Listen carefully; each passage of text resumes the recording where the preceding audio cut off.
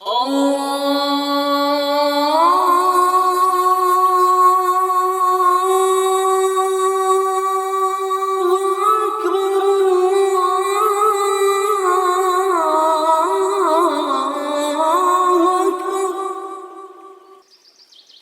ایمان والو، جب جمعے کے دن نماز کے لیے پکارا جائے تو اللہ کے ذکر کی طرف لپکو اور خرید و فروخت چھوڑ دو، یہ تمہارے لیے بہتر ہے اگر تم سمجھو۔ محترم سامعین و ناظرین کرام، آپ سن رہے ہیں خطبات حرمین سے انتخاب۔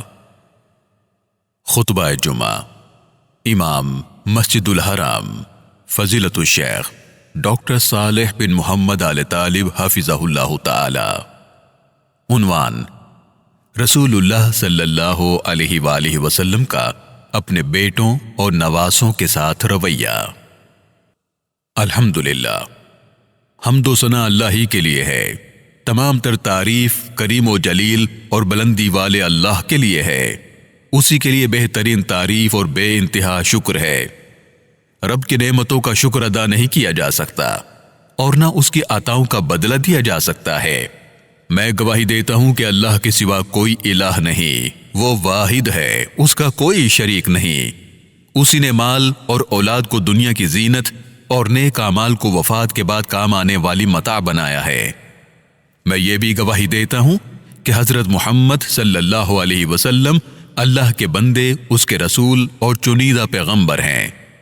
زمین پر قدم رکھنے والوں میں آپ سب سے افضل ہیں، بچوں کے لیے بہترین جذبات رکھنے والے باپ ہیں، بیٹے کی وفات پر آنسو بہا دینے والے نرم دل انسان ہیں۔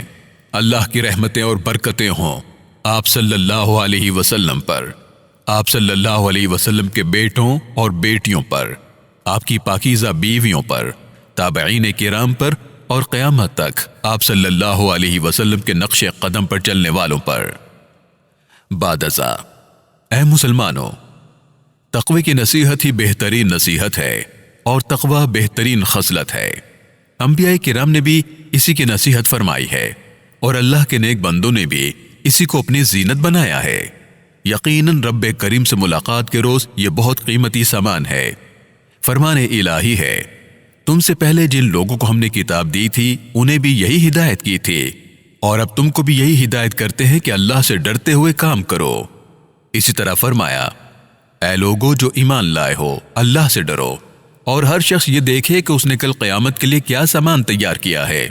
اللہ سے ڈرتے رہو، اللہ یقیناً تمہارے ان سب کاموں سے باخبر ہے جو تم کرتے ہو۔ اے مسلمانوں، آپ صلی اللہ علیہ وسلم کی ساری سیرت طیبہ نور ہے۔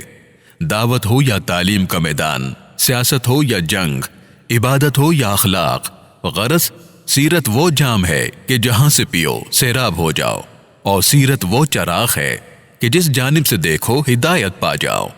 آج ہم نے سیرت نبوی صلی اللہ علیہ وسلم کے ایک ایسے پہلو کا انتخاب کیا ہے جس میں آپ صلی اللہ علیہ وسلم کا اپنے بیٹوں اور نواسوں سے برتاؤ واضح ہوتا ہے، جس میں آپ صلی اللہ علیہ وسلم کی انسانیت، باپ کی شفقت اور مہربانی دکھلائی دیتی ہے، جس سے ہر اس شخص کے دل کو ڈھارس ملتی ہے جسے بیٹوں کی جدائی کی آزمائش کا سامنا کرنا پڑا ہو، کیونکہ بہترین رسول اور بلند شان پیغمبر بھی اس آزمائش سے گزرے ہیں۔ اس پہلو سے سیرت کا جائزہ لینے سے ہر شخص کو متعدد احکام و مسائل اور شرعی نکات سیکھنے کو ملتے ہیں۔ سیرت رسول صلی اللہ علیہ وسلم تو مجلسوں کی زینت ہے، یہ بہترین موضوع گفتگو ہے۔ کون ہے جو آپ صلی اللہ علیہ وسلم کی مبارک سیرت سننا پسند نہ کرتا ہو، جسے آپ صلی اللہ علیہ وسلم کے ذکر سے سکون نہ ملتا ہو؟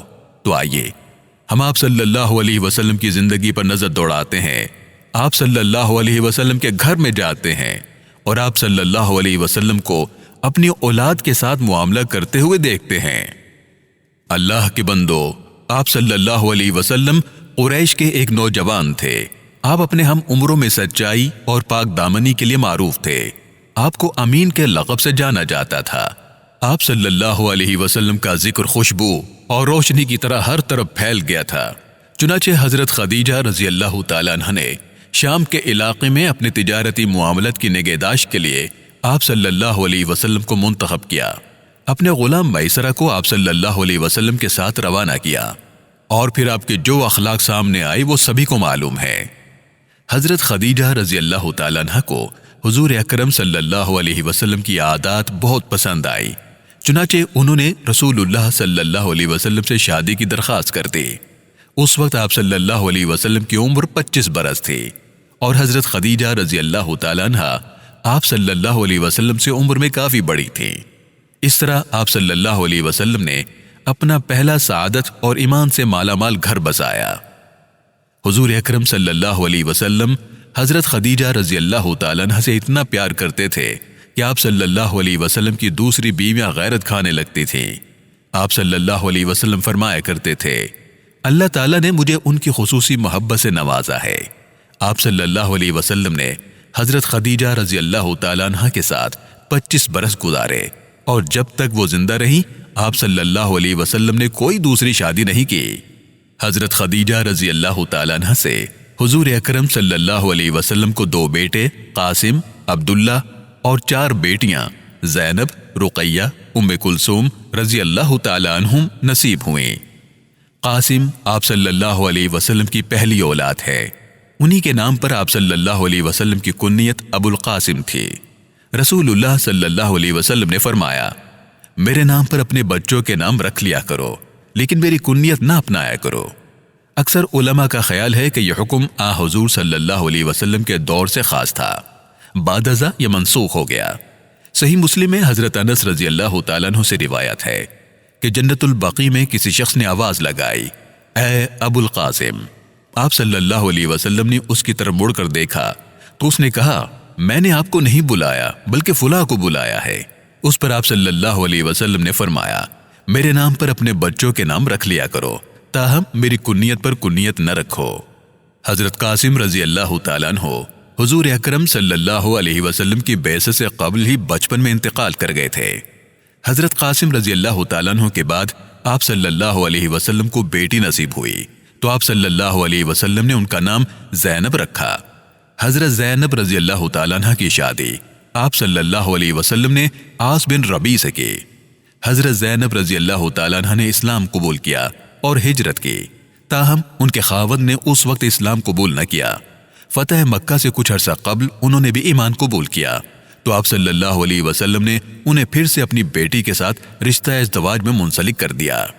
میرے پیارے بھائیوں، غزوہ بدر کے موقع پر حضرت ابو عاص بن ربیع قیدیوں میں لائے گئے۔ قریش کے لوگ قیدیوں کی رہائی کے لیے فدیہ دینے لگے۔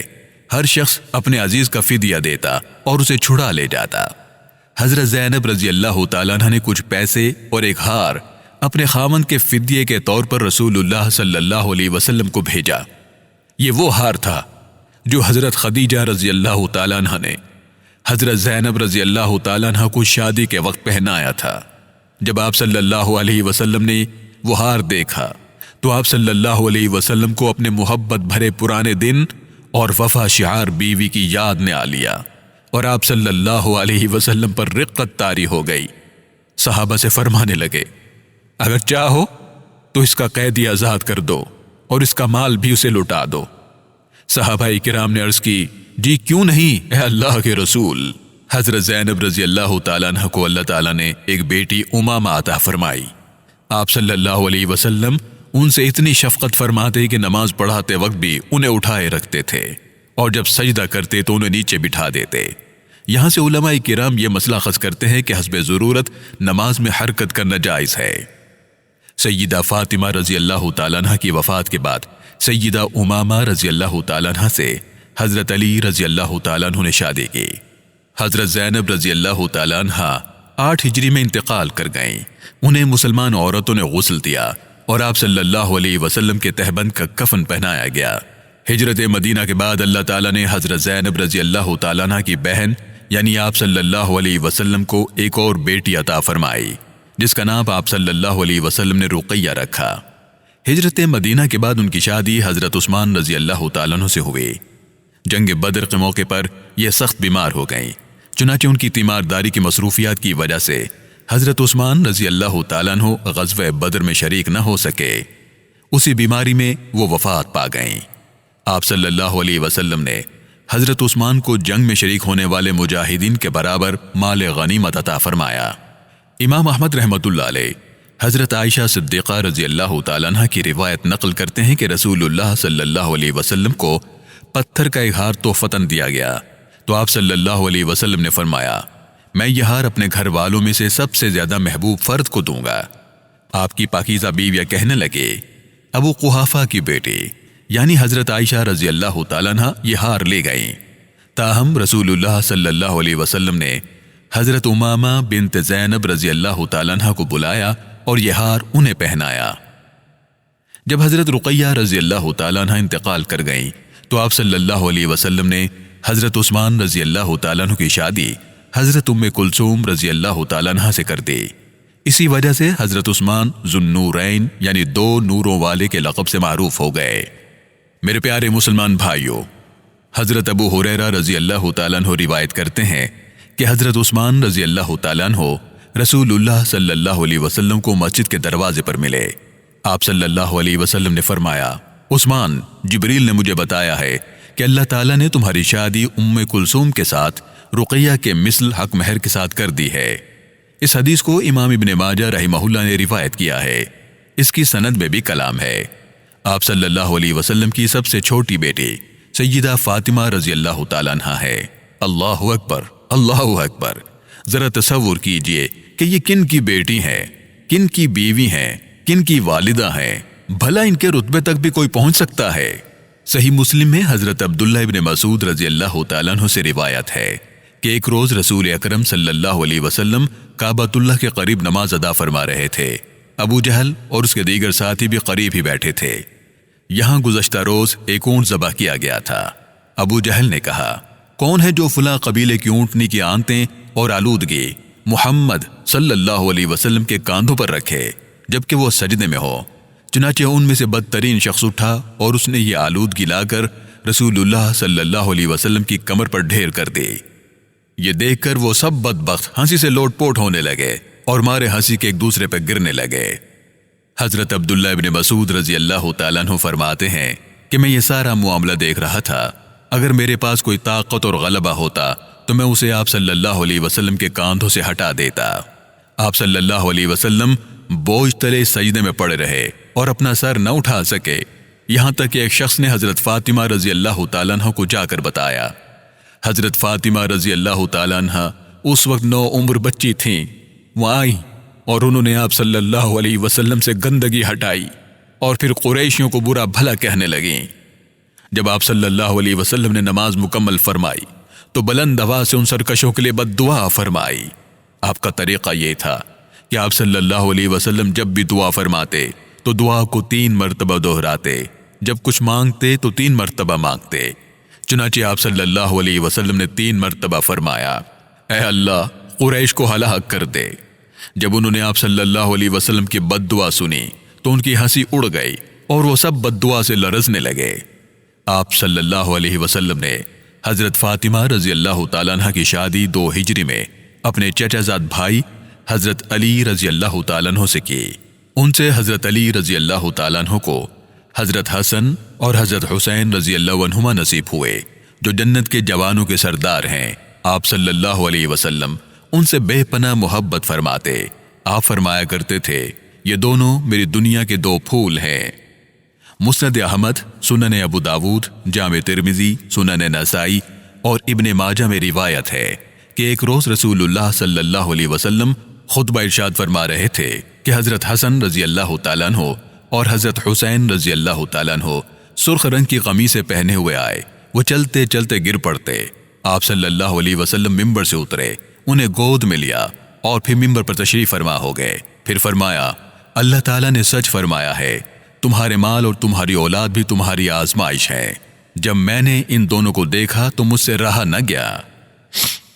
ایک روز آپ صلی اللہ علیہ وسلم نماز پڑھا رہے تھے تو ایک سجدہ بہت طویل ہو گیا۔ نماز کے بعد صحابہ نے دریافت کیا تو آپ صلی اللہ علیہ وسلم نے فرمایا، میرا بیٹا میرے اوپر بیٹھ گیا تھا، مجھے اچھا نہ لگا کہ میں اس کو جی بھر کے بیٹھنے سے پہلے ہی اتار دوں۔ اسے امام احمد اور امام نسائی نے روایت کیا ہے۔ یہ ہے آپ صلی اللہ علیہ وسلم کا محبت بھرا دل، اور یہ ہے بچوں کے ساتھ آپ صلی اللہ علیہ وسلم کی رحمت و شفقت۔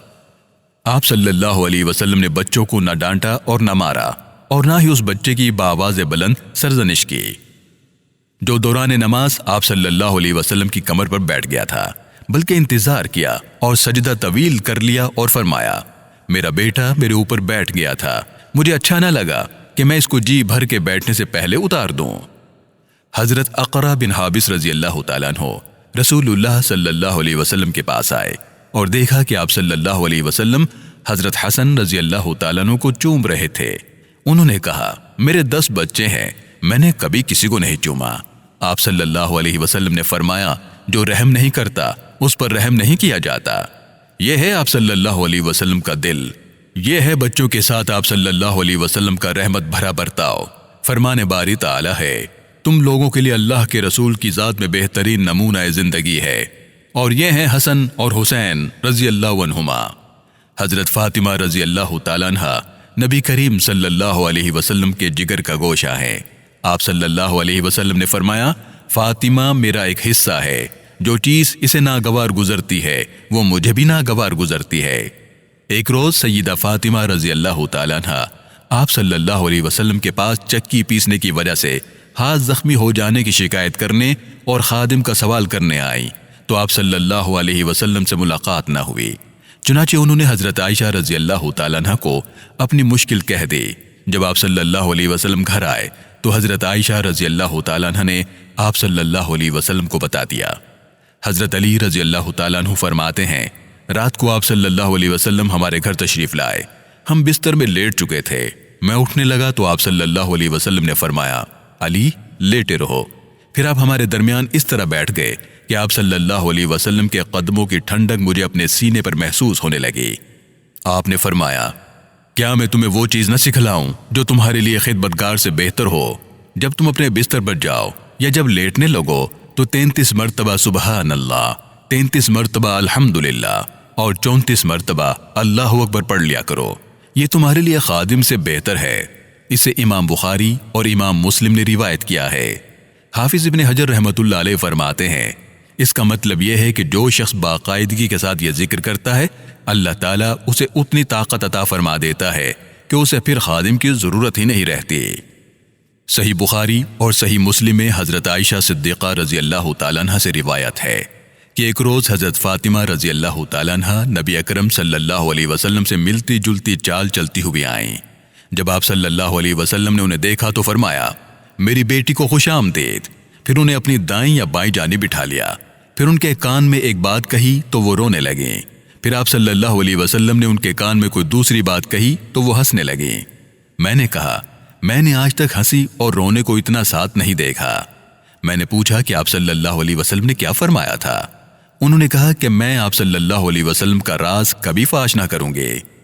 جب آپ صلی اللہ علیہ وسلم وصال فرما گئے تو میں نے پھر پوچھا، تب انہوں نے بتایا کہ آپ صلی اللہ علیہ وسلم نے فرمایا تھا، جبرائیل علیہ السلام ہر سال میرے ساتھ قرآن پاک کی ایک دہرائی کرتے تھے، تاہم اس سال انہوں نے 2 مرتبہ دہرائی کی ہے۔ اس سے مجھے لگتا ہے کہ میری وفات کا وقت قریب آ گیا ہے اور تم میرے گھر والوں میں سب سے پہلے میرے ساتھ ملنے والی ہو۔ یہ سن کر میں رونے لگی۔ پھر آپ صلی اللہ علیہ وسلم نے فرمایا، کیا تم اس بات پر راضی نہیں کہ تم جنت کی عورتوں کی سردار بن جاؤ یا مومن عورتوں کی سردار بن جاؤ؟ یہ سن کر میں مسکرانے لگی۔ حضرت فاطمہ رضی اللہ تعالیٰ عنہ رسول اللہ صلی اللہ علیہ وسلم کی وفات کے 6 ماہ بعد انتقال کر گئی تھیں۔ اللہ حضرت فاطمہ رضی اللہ تعالیٰ عنہ سے راضی ہو جائے، ان کے خاوند حضرت علی رضی اللہ تعالیٰ عنہ سے راضی ہو جائے، ان کے بیٹوں حضرت حسن اور حسین رضی اللہ عنہما سے بھی راضی ہو جائے۔ ہم اللہ کو گواہ ٹھہراتے ہیں کہ ان سب کے لیے ہمارے دل میں پیار اور محبت کے جذبات ہیں۔ ان سے محبت کو ہم تقرب الہی کا ذریعہ سمجھتے ہیں اور اس معاملے میں ہم افراط و تفرید سے دور ہیں۔ مسلمانوں، حضرت خدیجہ رضی اللہ تعالیٰ عنہ کی سب سے چھوٹی اولاد حضرت عبداللہ ہیں۔ انہیں طیب یا طاہر کے لقب سے جانا جاتا ہے۔ یہ پیارے بیٹے بعثت نبوی سے قبل بچپن ہی میں فوت ہو گئے تھے۔ جب فوت ہوئے تو عاص بن وائل نے نعوذ باللہ آپ صلی اللہ علیہ وسلم کے بارے میں کہا کہ محمد تو جڑ کٹا ہے۔ نعوذ باللہ، جب فوت ہو جائے گا تو اس کا تذکرہ بھی باقی نہ رہے گا، اس کا تو کوئی بیٹا ہی نہیں ہے۔ اس پر اللہ رب العالمین نے یہ آیات مبارکہ نازل فرمائی، اے نبی، ہم نے تمہیں کوثر عطا کر دیا، تم اپنے رب کے لیے ہی نماز پڑھو اور قربانی کرو تمہارا دشمن ہی جڑ کٹا ہے۔ ہمارے نبی صلی اللہ علیہ وسلم کے بارے میں تو اللہ تعالیٰ نے یہ فرمایا ہے، اور ہم نے آپ کا تذکرہ بلند کر دیا۔ یہ ہیں نبی اکرم صلی اللہ علیہ وسلم کے بیٹے اور بیٹیاں جو سیدہ خدیجہ رضی اللہ تعالیٰ عنہ سے آپ صلی اللہ علیہ وسلم کو نصیب ہوئے تھے۔ قاسم، عبداللہ، زینب، رقیہ، ام کلثوم اور فاطمہ رضی اللہ تعالیٰ عنہم۔ اللہ ان سب سے راضی ہو جا۔ اللہ کی رحمتیں، برکتیں اور سلامتیاں نازل ہو محمد صلی اللہ علیہ وسلم پر اور محمد صلی اللہ علیہ وسلم کے گھر والوں پر۔ اے اللہ، قرآن و سنت سے ہمیں برکت عطا فرما، اس کی آیات اور ذکر حکیم سے ہمیں نفع پہنچا۔ میں اسی پر اکتفا کرتا ہوں، اپنے لیے اور آپ کے لیے اللہ سے معافی کا طلبگار ہوں۔ دوسرا خطبہ۔ الحمدللہ، سب تعریف اللہ کے لیے ہیں جو سب جہانوں کو پالنے والا ہے، جو بڑا رحم کرنے والا اور نہایت مہربان ہے، جو جزا کے دن کا مالک ہے۔ میں گواہی دیتا ہوں کہ اللہ کے سوا کوئی معبود برحق نہیں، وہ اکیلا ہے، اس کا کوئی شریک نہیں، سچی اور صریح حکمرانی اسی کی ہے۔ اور میں یہ بھی گواہی دیتا ہوں کہ محمد صلی اللہ علیہ وسلم اللہ کے بندے اور اس کے رسول ہیں۔ اللہ کی رحمتیں اور برکتیں نازل ہوں آپ صلی اللہ علیہ وسلم پر، آپ صلی اللہ علیہ وسلم کی آل اور تمام صحابہ کرام پر۔ بعد ازاں، برادران اسلام، ایک روز نبی کریم صلی اللہ علیہ وسلم نے فجر کی نماز پڑھائی، پھر اپنے صحابہ کرام کی جانب متوجہ ہو کر فرمایا، آج رات اللہ تعالیٰ نے مجھے بیٹا عطا کیا ہے، میں نے اس کا نام اپنے دادا جان کے نام پر ابراہیم رکھا ہے۔ آپ صلی اللہ علیہ وسلم کی اس سنت مبارکہ سے علماء کرام نے یہ مسئلہ اخذ کیا ہے کہ بچے کا نام اس کی پیدائش کے دن بھی رکھا جا سکتا ہے۔ امام بیہقی رحمہ اللہ فرماتے ہیں، بچے کی پیدائش کے دن نام رکھے جانے والی احادیث 7ویں دن بچے کا نام رکھنے والی احادیث سے زیادہ صحیح ہیں۔ آپ کے اس بیٹے کا نام ابراہیم ہے۔ ان کی والدہ ماریہ قبطیہ مصر سے ہیں۔ مصر کے فرمانروا مقوقس نے آپ صلی اللہ علیہ وسلم کو بی بی ماریہ تحفے میں دی تھی، انہی سے آپ کا بیٹا ابراہیم پیدا ہوا۔ مصر کے فرمانروا مقوقس نے آپ صلی اللہ علیہ وسلم کو بی بی ماریہ تحفے میں دی تھی، انہی سے آپ کا بیٹا ابراہیم پیدا ہوا۔ سیدنا انس رضی اللہ تعالیٰ عنہ بیان کرتے ہیں کہ میں نے اپنی اولاد پر رسول اللہ صلی اللہ علیہ وسلم سے بڑھ کر مہربان اور رحم دل کسی کو نہیں دیکھا۔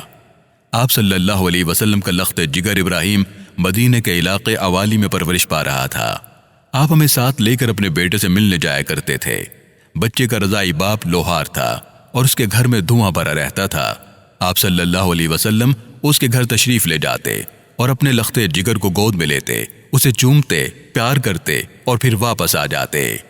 18 ماہ کی عمر پا کر ابراہیم رضی اللہ عنہ ہجرت کے 10ویں سال فوت ہو گئے۔ ان کی وفات کے روز سورج گرہن لگا تو لوگوں نے کہنا شروع کر دیا کہ ابراہیم کی موت کی وجہ سے سورج گرہن لگا ہے۔ نبی کریم صلی اللہ علیہ وسلم کی آنکھوں سے آنسوؤں کی لڑی لگ گئی۔ آپ نے اس موقع پر فرمایا، بلا شبہ آنکھ پرنم ہے، دل غمگین ہے، لیکن ہم زبان سے صرف وہی بات کریں گے جس سے ہمارا رب راضی ہو، اور اے ابراہیم، یقیناً ہم تمہاری جدائی میں سخت غمگین ہیں۔ آپ نے یہ بھی فرمایا، جنت میں اس کی دائی ہے جو اس کے دودھ پلانے کی مدت مکمل کرے گی۔ اللہ تعالیٰ کی بے شمار رحمتیں اور سلامتیاں اللہ کے بندے اور رسول محمد صلی اللہ علیہ وسلم پر نازل ہوں۔ آپ صلی اللہ علیہ وسلم کی آل، صحابہ کرام، ازواج مطہرات، آپ کی اولاد اور تا قیامت نیکی میں ان کے پیروکاروں پر بھی اللہ کی رحمتیں اور سلامتیاں نازل ہوں۔ اے اللہ، ہمیں آپ کے حوض پر پانی نصیب فرما، ہمیں آپ کی شفاعت سے سرفراز فرما، آپ کی جماعت میں شامل فرما اور آپ کی سنت کی اتباع نصیب فرما۔ اے اللہ، اسلام اور مسلمانوں کو عزت و غلبہ عطا فرما، شرک اور مشرکین کو ذلیل و رسوا فرما، سرکش ملحدوں اور فسادیوں کو رسوا فرما۔ اے اللہ، اپنے دین، اپنی کتاب، اپنے نبی کی سنت اور مومن بندوں کی مدد فرما۔ اے اللہ، اے پروردگار عالم، فلسطین، شام اور ہر جگہ میں مجاہدین فی سبیل اللہ کی مدد فرما۔ اے اللہ، اے پروردگار عالم، مجاہدین اور فلسطین اور شام اور ہر جگہ سرحدوں کے محافظوں کی نصرت اور مدد فرما۔ اے اللہ، مسجد اقصی کو اور اس کے قریب رہنے والے مسلمانوں کو زیادتی کرنے والوں کی زیادتی سے اور حملہ آوروں کے حملوں سے بچا۔ اے اللہ، زیادتی کرنے والے یہودیوں کو ہلاک فرما، وہ تجھے عاجز کرنے والے نہیں ہیں۔ اے اللہ، تو فلسطین، شام اور ہر جگہ میں مکین مسلمانوں کو کافی ہو جا۔ اے اللہ، مصیبت بہت سخت ہو گئی ہے، آزمائش انتہائی شدید ہو چکی ہے، تیرے سوا کوئی مددگار نہیں۔ اے اللہ، اے زندہ و جاوید، جلد آسانی اور نصرت عطا فرما۔ اے اللہ، جلد آسانی اور نصرت عطا فرما۔ اے اللہ، ہر برائی اور مشکل سے ہمارے ملک کی اور تمام مسلمان ممالک کی حفاظت فرما۔ اے اللہ، جو اسلام یا مسلمانوں کے خلاف کوئی چال چلے، اے اللہ تو اسے خود میں مشغول کر دے، اس کی چال اسی کے گلے کا پھندا بنا دے۔ اے اللہ، جو ہمارے ملک، ہمارے حکمرانوں اور ہمارے علماء، ہماری عوام یا ہماری وحدت کے بارے میں برا ارادہ رکھے، اے اللہ تو اسے خود میں مشغول کر دے، اور اے پروردگار عالم اسے برائی کے دائرے میں گھیر دے۔ اے اللہ، ہمارے حکمران کو ان کاموں کی توفیق عطا فرما جو تجھے راضی کرنے والے ہیں، انہیں نیکی اور تقوی کی راہ پر چلا۔ اے اللہ، ہمارے حکمران، اس کے نائب، اس کے بھائی اور اس کے معاونین کو ان اعمال کی توفیق عطا فرما جن میں ملک اور قوم کی بھلائی ہو۔ اے اللہ، مسلمان حکمرانوں کو اپنی شریعت نافذ کرنے کی توفیق عطا فرما، نبی کریم صلی اللہ علیہ وسلم کی سنت کی اتباع کرنے کی توفیق عطا فرما۔ اے اللہ، انہیں اپنے بندوں کے لیے رحمت کا باعث بنا۔ اے اللہ، ہمارے سرحدوں کے محافظوں کی مدد فرما۔ اے اللہ، ہمارے سرحدی فورسز کی مدد فرما اور ہماری تمام فورسز کی مدد فرما۔ اے اللہ، ان کی حفاظت فرما جو تیرے مقدس مقامات کی حفاظت کر رہے ہیں اور تیرے مومن بندوں کی حفاظت کر رہے ہیں۔ اے اللہ، انہیں ثابت قدمی عطا فرما اور ان کی مدد فرما، ان کے اعمال اور عمروں میں برکت عطا فرما، ان کے اہل و عیال اور اموال میں برکت عطا فرما۔ اے اللہ، انہیں اجر و ثواب عطا فرما اور ان کے نیک اعمال قبول فرما۔ اے رب العالمین، اے اللہ، ہمارے ملک میں اور مسلمان ملکوں میں امن و سلامتی کو فروغ عطا فرما، ہمیں شر پسندوں کے شر سے محفوظ فرما، فاسقوں کی چالوں سے محفوظ فرما اور دن اور رات کے ہیر پھیر سے محفوظ فرما۔ اے ہمارے رب، ہمیں دنیا میں بھی بھلائی عطا فرما اور آخرت میں بھی بھلائی عطا فرما اور آگ کے عذاب سے ہمیں بچا۔ اے ہمارے رب، ہماری غلطیوں اور کوتاہیوں سے درگزر فرما، ہمارے کام میں تیرے حدود سے جو کوئی تجاوز ہو گیا ہو اسے معاف فرما دے، ہمارے قدم جما دے اور کافروں کے مقابلے میں ہماری مدد فرما۔ اے اللہ، ہمارے گناہ معاف فرما، ہمارے عیوب چھپا، ہمارے معاملات آسان فرما، ہماری نیک خواہشات قبول فرما۔ اے اللہ، اے ہمارے پروردگار، زندہ اور فوت شدہ مسلمان مردوں اور عورتوں کو معاف فرما۔ اے اللہ، ہمیں، ہمارے والدین کو، ہمارے آباء و اجداد کو معاف فرما۔ اے اللہ، انہوں نے ہمیں بچپن میں پالا پوسا ہے، اے پروردگار ان پر رحم فرما، ان میں سے جو زندہ ہے انہیں صحت و عافیت سے نواز دے، انہیں اپنی فرما برداری کی توفیق عطا فرما، اور جو اس دنیا سے گزر گئے ہیں اے پروردگار ان پر رحم فرما، ان کی قبریں پر نور فرما دے، ان کی قبریں کھلی فرما دے، ان کی قبروں کو جنت کے باغوں میں سے باغ بنا دے، تکریم کے گھر میں انہیں جگہ عطا فرما اور ہمیں ان کے ساتھ جنت میں جمع فرما۔ اے پروردگار، ہمیں، ہمارے والدین کو، ہمارے آباء و اجداد کو، ان کی نسل کو بخش دے، یقیناً تو دعا سننے والا ہے۔ ہم اللہ سے معافی مانگتے ہیں، ہم اللہ تجھ سے معافی مانگتے ہیں، ہم اللہ وحدہ لا شریک زندہ و جاوید سے معافی کے طلبگار ہیں اور اسی کی طرف رجوع کرتے ہیں۔ اے اللہ، تیرے سوا کوئی الہ نہیں، تو بے نیاز ہے اور ہم تیرے محتاج ہیں، ہم پر بارش برسا اور ہمیں نا امیدوں میں سے نہ بنا۔ اے اللہ، ہم سے قبول فرما، تو سننے والا اور جاننے والا ہے، ہماری توبہ قبول فرما، تو توبہ قبول فرمانے والا ہے۔ پاک ہے تیرا رب، عزت کا مالک، ان تمام باتوں سے جو یہ لوگ بنا رہے ہیں، اور سلام ہے مرسلین پر، اور ساری تعریف اللہ رب العالمین ہی کے لیے ہے۔ آمین آمین یا ارحم الراحمین۔